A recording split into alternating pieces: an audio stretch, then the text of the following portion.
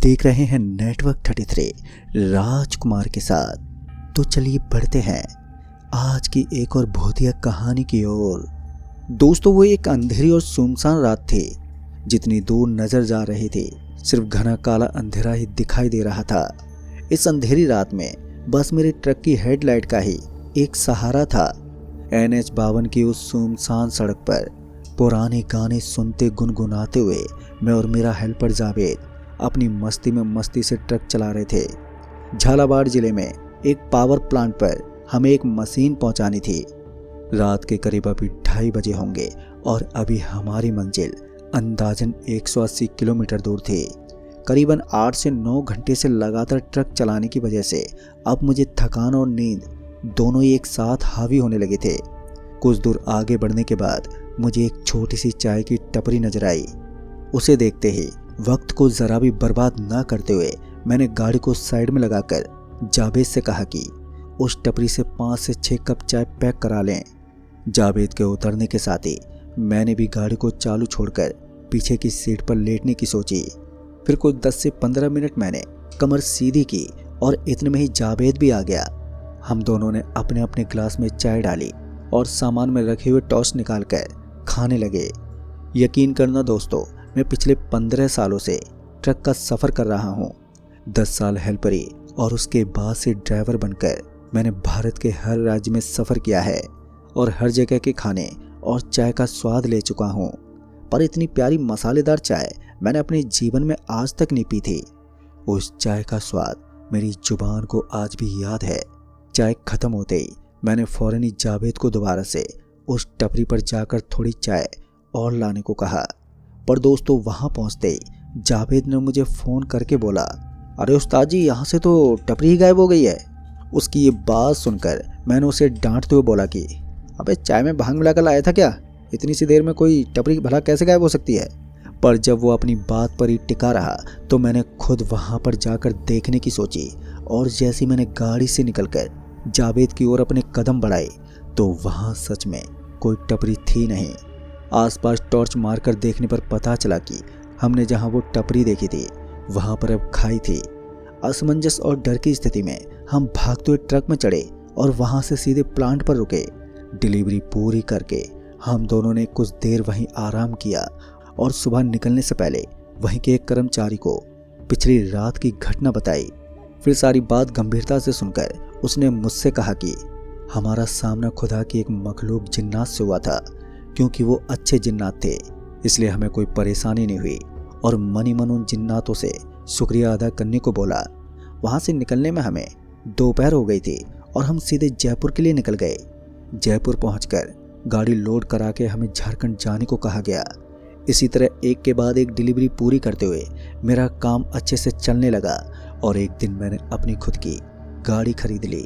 हालांकि वो एक पुराना ट्रक था पर मेरे लिए तो किसी महल से कम नहीं था। मैं और मेरा हेल्पर जावेद अपनी मस्ती में हमारे नए ट्रक से डिलीवरी करते और वक्त के साथ हमारी आर्थिक स्थिति में भी बहुत सुधार आ गया। पर वो कहते हैं ना, एक बार नज़र लगने की देरी होती है। फिर एक दिन की बात है, मैं मंडी शहर से डिलीवरी पूरी करके लौट रहा था। अक्सर हम ट्रक ड्राइवर कुछ ढाबों को नज़र में रखते हैं जहाँ का खाना अच्छा और सस्ता हो, साथ ही नहाने और वॉशरूम की सुविधाएं भी। मंडी शहर के रास्ते में ऐसा ही एक ढाबा मेरी नज़र में था, पर पता नहीं कैसे उस दिन वो ढाबा बंद था, जिस वजह से हम आगे बढ़ चले और ट्रैफिक से बचने के लिए एक अनजान सड़क पर निकल गए। कुछ घंटे गाड़ी चलाने के बाद अब दिन ढलने लगा था। तभी मेरी नज़र दूर से चमकते हुए छोटे छोटे बल्बों पर पड़ी। देखकर साफ समझ आ रहा था कि वहाँ पर एक ढाबा मौजूद होगा।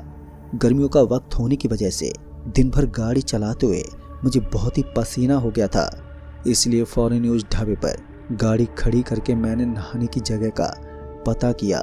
अगर उस ढाबे और जगह के बारे में मैं थोड़ा बहुत बताऊं तो घने पेड़ों के बीच से जाती कच्ची सड़क के किनारे बांस और पाल से उस ढाबे का ढांचा खड़ा किया गया था। उसे देखकर साफ पता चल रहा था कि वहाँ ज़्यादा लोग आते नहीं हैं और वो बहुत ही ज़्यादा पुरानी जगह है। जिन खाटों पर बैठकर लोग खाना खाते थे उन पर भी वक्त की मार साफ साफ नजर आ रही थी। बहरहाल मैंने अपना नहाने का सामान लिया और वहाँ काम कर रहे बच्चे के बताए मुताबिक ढाबे के पीछे वाले जंगल में कुछ 20 से 25 फीट दूरी बनी एक टंकी के पास जा पहुंचा। अंधेरा भी धीरे धीरे उस जगह को अपने आगोश में लेने लगा था, इसलिए जल्दी जल्दी अपना काम खत्म करके मैं लौटने लगा। तभी लकड़ियां टूटने की आवाज़ मेरे कानों में पड़ी। हालांकि ये कोई बड़ी या डराने वाली बात नहीं थी, पर जिस माहौल में मुझे ये आवाज़ सुनाई दी थी वो यकीनन डरा देने वाली थी। एक मन कर रहा था कि सीधे अपने रास्ते की ओर चलता रहूं, वहीं दूसरी तरफ आवाज़ का कारण जानने की उत्सुकता भी मन में बढ़ती चली जा रही थी। जी हाँ, आप सभी ने सही सोचा। मैं ढाबे की तरफ ना जाकर जिस तरफ से मुझे उन लकड़ियों के टूटने की आवाज़ आई थी, मैं उस ओर मुड़ गया। अंधेरे की वजह से मुझे कुछ साफ तो नज़र नहीं आ रहा था, पर अपने मोबाइल की हल्की सी रोशनी में मैंने उस आवाज़ का पीछा करना जारी रखा। कुछ 5 मिनट ही गुजरे होंगे और वो आवाज़ अचानक से गायब हो गई। मुश्किल से 10 कदम बढ़ने के बाद मैं हर दिशा में अपने मोबाइल की टॉर्च से देखने लगा और तभी मेरे पैर में एक तीखा सा दर्द उठा। उस दर्द की चुभन से मेरी चीख निकल गई और जैसे ही मैंने अपने पैर पर लाइट मारी तो मैंने देखा कि मैंने एक टोटके पर अपना पैर रख दिया है। कीलों से भरे नींबू पर चढ़ने के कारण एक कील मेरे पुराने चप्पल से आर पार हो गई। हड़बड़ी में उस कील को निकालने के चलते मेरे खून की कुछ बूंदें भी उस टोटके पर जा गिरी। डर मेरे शरीर पर अब पूरी तरह से हावी हो गया था और अब मुझे मालूम भी था कि मैंने एक बहुत ही बड़ी गलती कर दी है। पर ऊपर वाले पर भरोसा रखते हुए मैंने उस टोटके को वहीं छोड़कर मन में माफ़ी मांगी और लंगड़ाते हुए ढाबे पर पहुंचा। मुझे इस हालत में देखकर जावेद ने भी इस हालत का कारण पूछा, पर डर और दर्द के मारे मैंने उसे कुछ भी नहीं बताया। थोड़ी देर में हमारा खाना भी तैयार हो गया था और बेमन से थोड़ा खाना खाकर साथ ही रात के लिए कुछ खाना पैक करके हम दोबारा से ट्रक में बैठ गए। क्योंकि मेरे पैर में दर्द ज़्यादा हो रहा था, इसलिए मैंने जावेद को गाड़ी चलाने और किसी क्लिनिक तक पहुंचाने को कहा। थोड़ी देर में मुझे समझ में आ गया कि इस रास्ते पर गाड़ी लाकर हमने एक बहुत ही बड़ी गलती कर दी है, क्योंकि ये रास्ता ख़त्म होने का नाम ही नहीं ले रहा था। बहुत देर लगातार गाड़ी चलाने के बाद हम दोबारा से उसी ढाबे के सामने जा पहुंचे। अब ये देखकर मैंने जावेद को डांट लगाई, क्योंकि मुझे लगा कि उसने कोई गलत मोड़ ले लिया है। पर नरम और दबी हुई आवाज़ में उसने मुझसे कहा, उस्ताद जी, मैंने तो कोई मोड़ लिया ही नहीं है, हम तो बस सीधे चले जा रहे हैं। उसकी आंखों में सच्चाई की चमक साफ नजर आ रही थी, जिस कारण मुझे उसकी बात पर भरोसा करना ही पड़ा। अब मेरी नज़र पूरी तरह सड़क पर थी। वो सच में सड़क पर गाड़ी को सीधा चला रहा था, पर लगातार हम घूम फिर के एक ही जगह पर पहुंच रहे थे। 2 से 3 बार जब गाड़ी उस ढाबे के सामने से निकली तो मुझे समझते देर नहीं लगी कि हम एक छलावे के जाल में फंस चुके हैं। जावेद का चेहरा भी अब डर से पीला पड़ने लगा था। गाड़ी में बैठने के बाद मैंने चोट को साफ करके मेरे पास रखी पट्टी उस पर बांध ली थी और दर्द की दवाई भी खा ली थी। मेरे पैर के दर्द में भी अब मुझे काफ़ी आराम लग रहा था। अतः मैंने जावेद को गाड़ी रोककर बिना बाहर निकले सीट बदलने को बोला और अपने फ़ोन में आयतुल कुर्सी लूप पर चला दी। केबिन में आयतुल कुर्सी की आवाज़ के साथ ही थोड़ी पॉजिटिविटी भी महसूस हुई। स्टीयरिंग हाथ में लेने के बाद मैंने मन ही मन चारों कुल पढ़ना शुरू किया और यहाँ से निकलने के लिए दुआ करने लगा। फिर कुछ किलोमीटर गाड़ी चलाने के बाद शायद ऊपर वाले ने मेरी दुआ सुन ली और फिर हम हाईवे पर निकल गए। उस जगह से निकलने में हमें रात के 3:30 बज चुके थे। सुबह होते होते मैंने एक अस्पताल के पास अपनी गाड़ी रोकी। ये देखकर पता चल रहा था कि वो अस्पताल भी काफ़ी साल पुराना था। शायद वो सरकारी अस्पताल की पुरानी बिल्डिंग रही होगी। जंग लगे बोर्ड पर तो नाम समझ में नहीं आ रहा था, पर वहाँ की दीवारों से पपड़ी बनकर उतर रही कलर कोडिंग और जलती बुझती ट्यूबलाइट से वो सरकारी अस्पताल ही मशहूर हो रहा था। इमरजेंसी में जाकर मैंने अपनी चोट की अच्छे से पट्टी करवाई और एक टीटी का इंजेक्शन भी लगवा लिया। पर जब मैं दवाई लेने मेडिकल पर पहुंचा तो वहां कोई मौजूद ही नहीं था। फिर कुछ देर इधर उधर देखने के बाद मैं पलट कर जा ही रहा था कि पीछे से किसी ने मेरा नाम पुकारा। अनजान जगह पर अपना नाम सुनकर मेरी रीढ़ की हड्डी में सिरहंसी दौड़ गई। डरते हुए मैंने गर्दन घुमाई तो मेडिकल के अंदर से एक आदमी मेरी दवाई की पर्ची पकड़े खड़ा था। उसे देखकर मुझे याद आया कि मैंने पहले ही अपनी दवा की पर्ची काउंटर पर रख दी थी और पलटकर जाते वक्त उसे काउंटर से उठाना भूल गया था। अस्पताल से निकलकर हमने एक ढाबे पर गाड़ी खड़ी की और दोनों गाड़ी में ही सो गए। दोपहर में मुझे एक बड़ा ऑर्डर मिला। खाना खाकर हम ऑर्डर लोड करने पहुंचे ही थे कि जावेद के घर से फ़ोन आया कि उसके पिताजी की तबीयत गंभीर रूप से खराब होने की वजह से उसे फ़ौरन ही घर जाना पड़ा।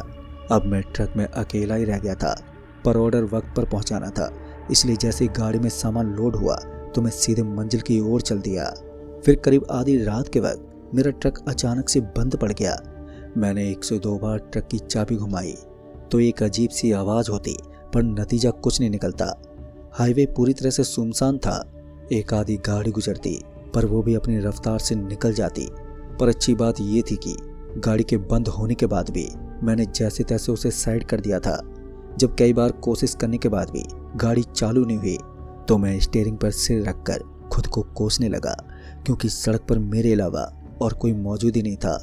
इसलिए सन्नाटा अपने सबसे खौफनाक रूप में फैला हुआ था और अचानक से उस सन्नाटे को चीरती हुई एक अजीब और डरावनी औरत जैसी आवाज़ मेरे कानों में पड़ी। स्टीयरिंग पर सिर रखे हुए ही मैंने बाईं ओर देखा तो सामने का नज़ारा देखकर मैं अपनी आंखों पर भरोसा ही नहीं कर सका। मैली सी सफ़ेद साड़ी पहनी एक औरत बैठी थी। उसका चेहरा बालों से ढका हुआ था। जो आवाज़ मुझे सुनाई दे रही थी वो आवाज़ उसी औरत की निकल रही थी। जैसे मेरे दिमाग को हालातों का जायजा हुआ तो मैंने अपनी सारी ताकत जुटाकर गाड़ी का दरवाज़ा खोल उससे कई फीट दूर भाग गया। कुछ देर में वो आवाज़ जैसे अचानक ही आई थी, उसी तरह वो गायब भी हो गई। फिर हिम्मत करते हुए मैंने फिर जब केबिन में देखा तो अब वहाँ कुछ भी नहीं था। खुद को संभालते हुए मैंने गाड़ी का बोनट खोला और जितना कुछ मुझे समझ में आता वो सब कुछ करके देख लिया था, पर ट्रक चालू होने का नाम ही नहीं ले रहा था। अब मेरे पास कोई तरीका भी नहीं बचा था, अतः मैं सड़क के किनारे चलने लगा। अभी से ऊपर वाले का इशारा समझूं या कुछ और। पास के पत्थर पर एक नंबर मैकेनिक के नाम से लिखा हुआ था। वक्त को ज़रा भी बर्बाद ना करते हुए मैंने फ़ौरन उस नंबर पर कॉल मिला दिया। कई बार कॉल करने के बाद बड़ी मुश्किल से मैकेनिक ने फ़ोन उठाया और सुबह ही आने पर अड़ा रहा। अब मेरे पास सुबह का इंतज़ार करने के अलावा और कोई विकल्प ही नहीं था। सुबह हुई तो मैकेनिक भी आ गया, पर यकीन करना जैसे उसने चाबी घुमाई तो पहली ही बार में गाड़ी स्टार्ट हो गई। हैरानी भरी नज़रों से गाड़ी को देखते हुए मैंने मैकेनिक को उसके पैसे दिए और अपनी मंजिल की ओर बढ़ चला। दोस्तों, पूरी रात खराब होने की वजह से मुझे डिलीवरी करने में देर हो गई, जिस वजह से मेरा काफ़ी नुकसान भी हुआ। पर यह सिर्फ शुरुआत थी। एक के बाद एक अलग अलग दिक्कतें मेरे ट्रक में आती रही। कभी एक्सल टूट जाता तो कभी एक साथ 2-3 टायर फट जाते। इसके साथ ही मुझे बंद जगहों में वो औरत भी अक्सर नज़र आती। धीरे धीरे मेरा मानसिक संतुलन अब खराब होने लगा था। जो ट्रक ड्राइवर मेरे दोस्त हुआ करते थे अब उन्होंने भी मुझसे दूरी बना ली थी। अगर मैं सोने के लिए लेटता तो मुझे कोई जोर से थप्पड़ मारकर उठा दिया करता था। उस टोटके पर पैर रखने की महज 8 दिन के अंदर ही मेरी हालत इतनी खराब हो चुकी थी कि ना तो मेरे पास कोई काम था और ना ही पैसा। और मैं कितना भी नहा लेता पर एक अजीब सी बदबू ने मेरे शरीर को जकड़ लिया था, जिस कारण लोग मुझसे दूर भागने लगे। सच कहूँ तो मेरी हालत सड़क के किनारे बैठे भिखारी जैसी हो चुकी थी। कई दिनों से ठीक से ना सोने की वजह से मेरी आंखें लाल रहने लगी। फिर एक सुबह मेरे एक पुराने क्लाइंट का मेरे पास फ़ोन आ गया। उन्हें अर्जेंटली एक बड़ा ऑर्डर पहुंचाना था। वो फ़ोन मेरे लिए अंधेरी ज़िंदगी को रोशन करने आई उम्मीद की एक छोटी सी किरण की तरह था। मैंने फ़ौरन ही खुद की हालत सुधारी और नहाकर गाड़ी में आयतुल कुर्सी चलाकर अगरबत्ती जलाकर सफ़र की दुआ की। उस दिन वो 15 घंटे का रास्ता मैंने सिर्फ 10 मिनट में पूरा कर दिया। हालांकि मुझे ज़्यादा पैसे नहीं मिले थे, पर इतने मिले थे जिनसे मैं गाड़ी की सर्विस करा सकूं। खुशी खुशी अपने घर जाते वक्त मुझे रास्ते के बीचों बीच वही औरत खड़ी हुई दिखी। उसे देखते ही मैंने फ़ौरन ही ब्रेक लगाए, पर गाड़ी उसके आर पार हो गई। अचानक ही ब्रेक लगने की वजह से गाड़ी स्किड करते हुए रुकी। गाड़ी के रुकने के बाद जैसे ही मैंने बाईं तरफ देखा तो वही औरत मेरे पास की सीट पर बैठी हुई थी।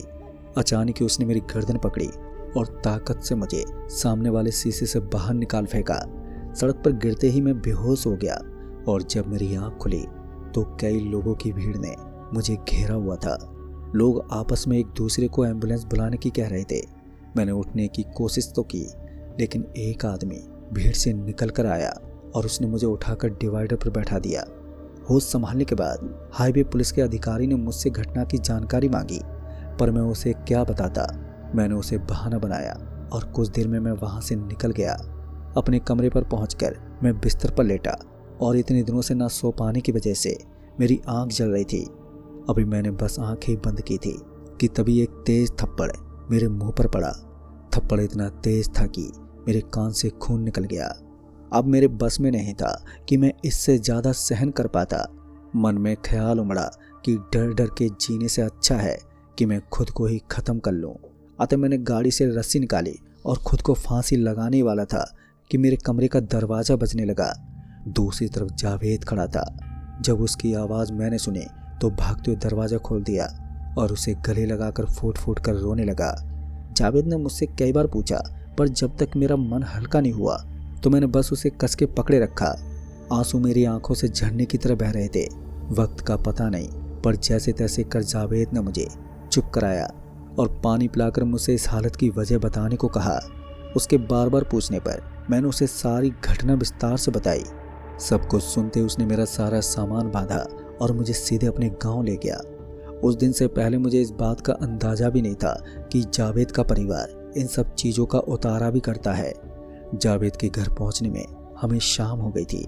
मगरिब के वक्त उसने मुझसे नहाने को बोला और फिर मुझे अपने साथ उसके घर के कोने में बने एक कमरे में ले गया। पूरा कमरा फूल अगरबत्ती और इत्र की खुशबू में महक रहा था। पश्चिम दिशा की ओर उस कमरे में एक छोटा सा प्लेटफार्म बना हुआ था जिस पर कई दरगाह वाली चादरें और ताज़ा फूल बिछे हुए थे। उसी के पास एक लोहे का मीट पॉइंट था जिसके ऊपरी छोर पर चांद की आकृति थी, साथ ही उस पर लच्छे बंधे हुए थे। वहां बैठते ही जावेद ने मुझसे बोला, देखो उस्ताद, अभी चाचा जी अंदर आएंगे और कुछ क्रिया करेंगे जिसे करने के बाद उनके शरीर में हाजिरी होगी और बाबा ही आपका इलाज करेंगे।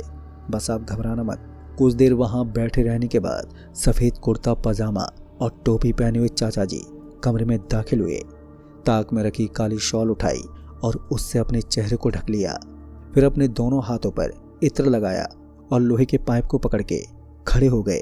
शायद वो वहां खड़े होकर कुछ पढ़ भी रहे थे। अचानक उनका शरीर कांपा और तेज तेज सांस लेते हुए वो अपनी गद्दी पर बैठ गए। उनके बैठते के साथ ही जावेद ने मुझे उनके सामने जाने को कहा।